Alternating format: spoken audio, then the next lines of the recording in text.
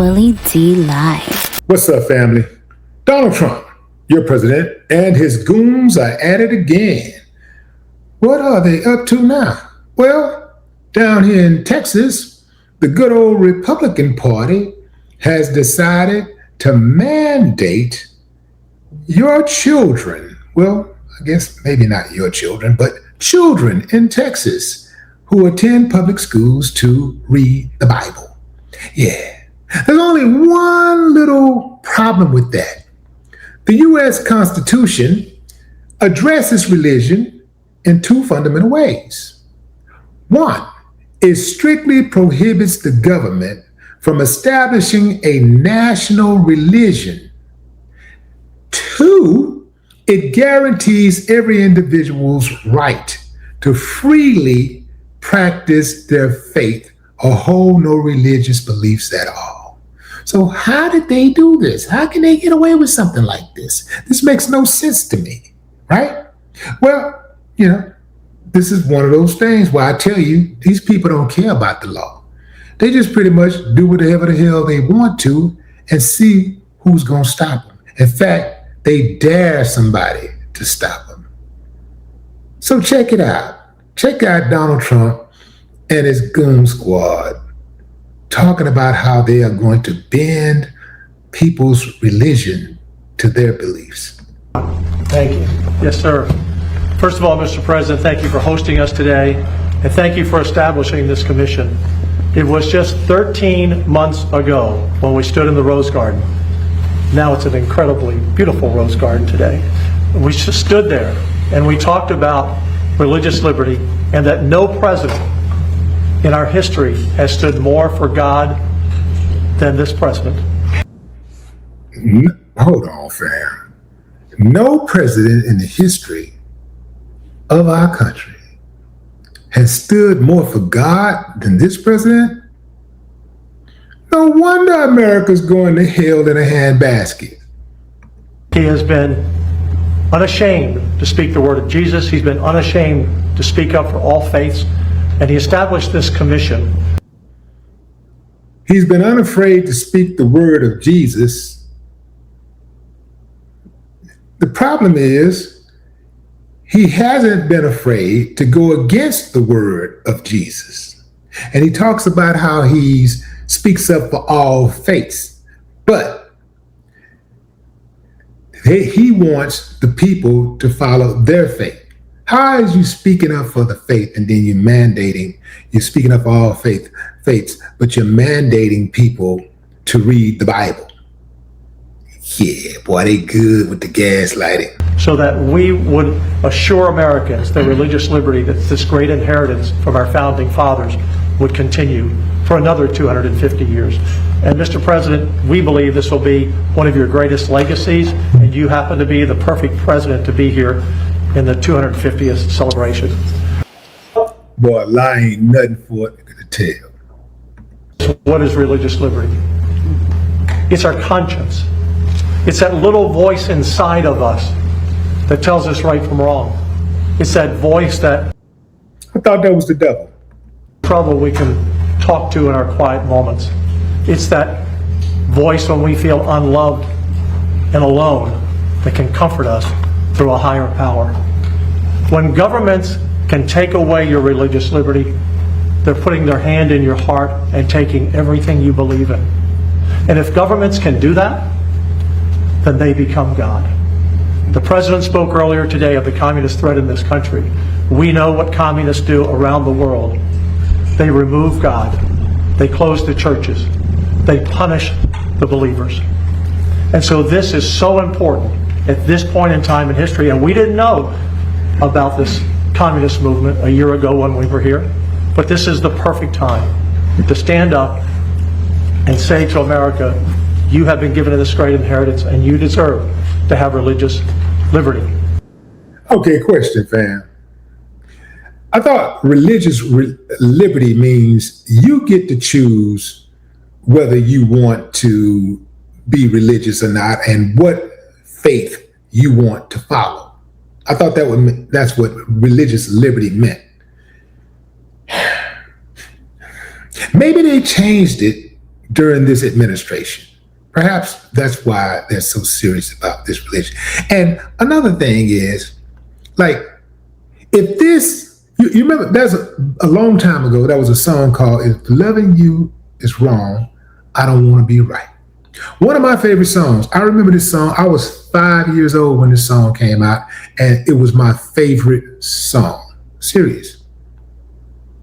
So if practicing the religion that they practice is right, I want to be wrong, because these people are wicked. Key is that after 103 witnesses, after 7 months of testimony, after 200 pages of testimony that we're delivering today, we found there was one constant theme. The overwhelming majority of our witnesses said that they were attacked and punished, and what was used against them was one phrase that's not in the Constitution, and that phrase is separation of church and state. Oh, hell. I thought it was one phrase. I thought it was a word. I thought it was ice. Anyway. Has used that one phrase that was one line out of one of hundreds of letters by Thomas Jefferson to batter and hammer people of faith for the last 70 to 80 years. And this report will speak very clearly that we want to be sure Americans understand that they cannot be attacked by that phrase any longer. So we have 12 recommendations. I'll read the first 6. My great Vice Chairman will read the next 6, and then members will speak to these issues. So, Mr. President, recommendation number 1, instruct the Department of Justice to issue guidance clarifying the proper understanding of the Establishment Clause and the separation of church and state. Number 2, the Department of Justice, the Department of Health and Human Services, the Equal Employment Opportunity Commission shall issue Know Your Rights posters for students, parents, public teachers, administrators, religious leaders, religious institution, healthcare workers, and military service members. Ben Carson, I'll let you finish with the remaining 7. 6. Go ahead. Combat anti-Semitism through enforcement of civil rights laws, litigation of credible allegations of anti-Semitic discrimination and violence, and civic education. Protect religious Americans from government-led litigation targeting their free exercise. Repeal the Johnson Amendment. Order the Department of War to streamline and improve the religious accommodation process. Continue efforts to restore the retirement or re-enlistment eligibility of service members who lost employment, health insurance, pensions, and other benefits because of their religious beliefs about COVID and vaccines. And lastly, honor the courage of religious liberty heroes through creating a Presidential Medal of Religious Liberty and First Freedom Hero Awards to recognize Americans who stand up for religious freedom and play an indispensable role in protecting citizens' constitutional rights. So real quickly, fam, I just want to just say this. The way that they get these laws passed and the way that they get these initiatives off the ground oftentimes is they will take something positive that everybody can agree on. Let's just say, for example, recognizing that people's religious beliefs shouldn't be under attack, right? They shouldn't lose their job because of their religious belief, right?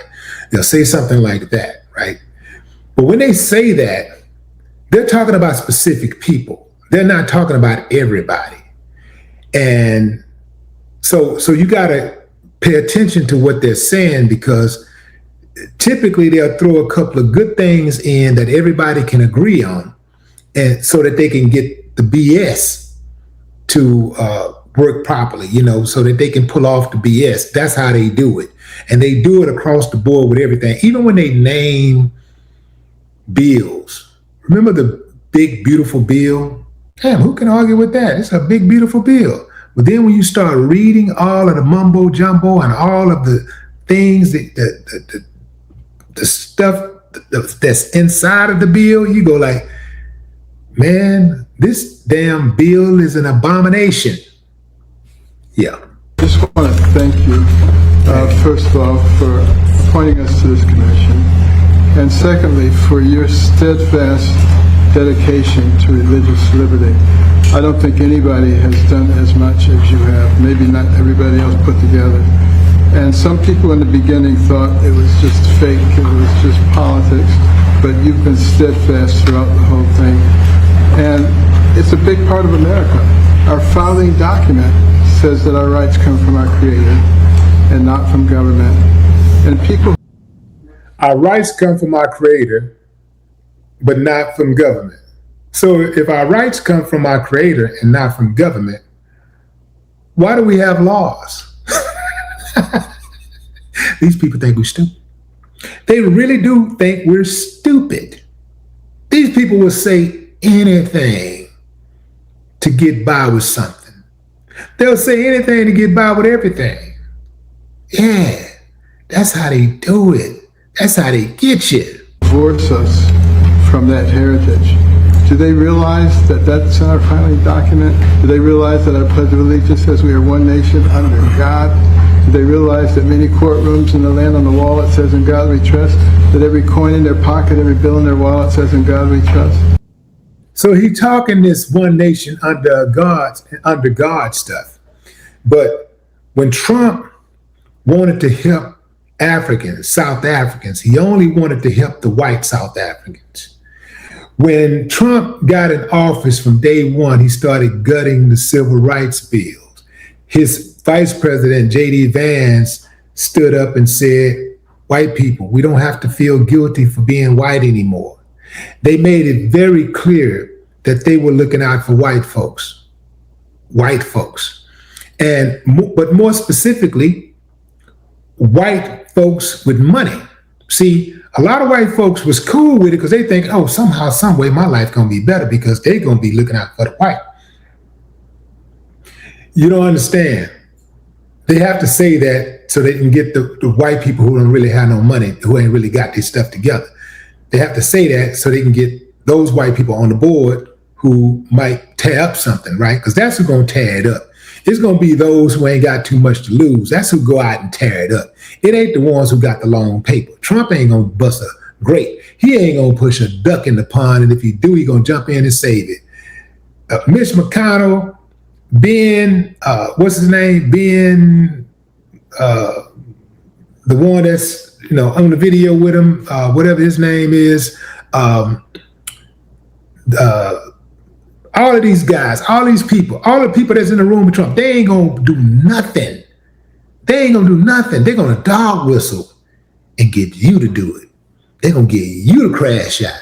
They're gonna get you to jump in the comments under these platforms and talk reckless and be divisive. They're gonna get you to do it. They're not gonna do nothing.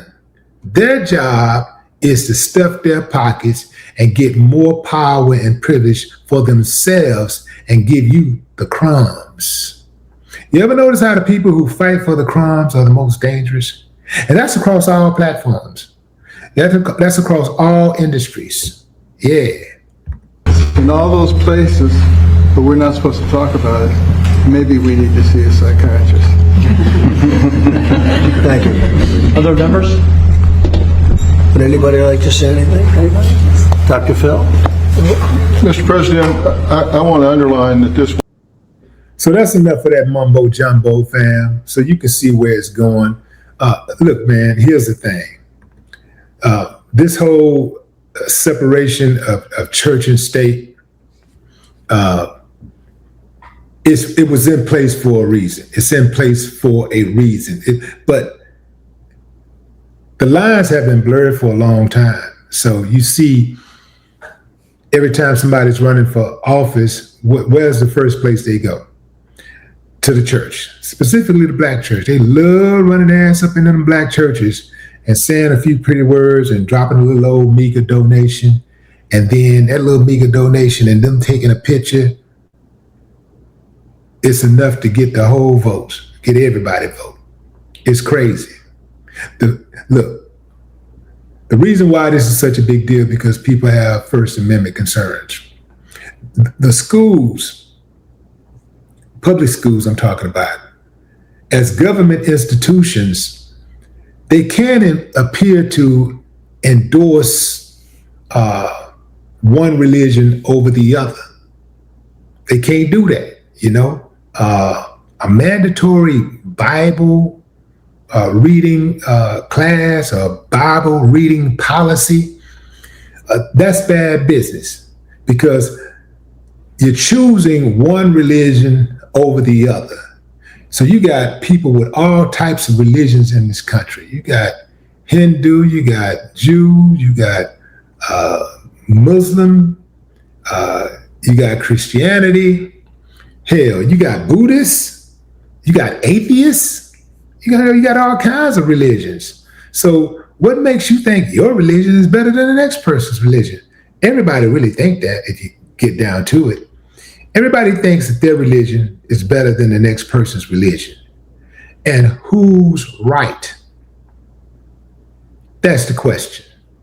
And a bigger question is, who has a right to decide? Drop a comment. I'd love to hear your thoughts. No more talk.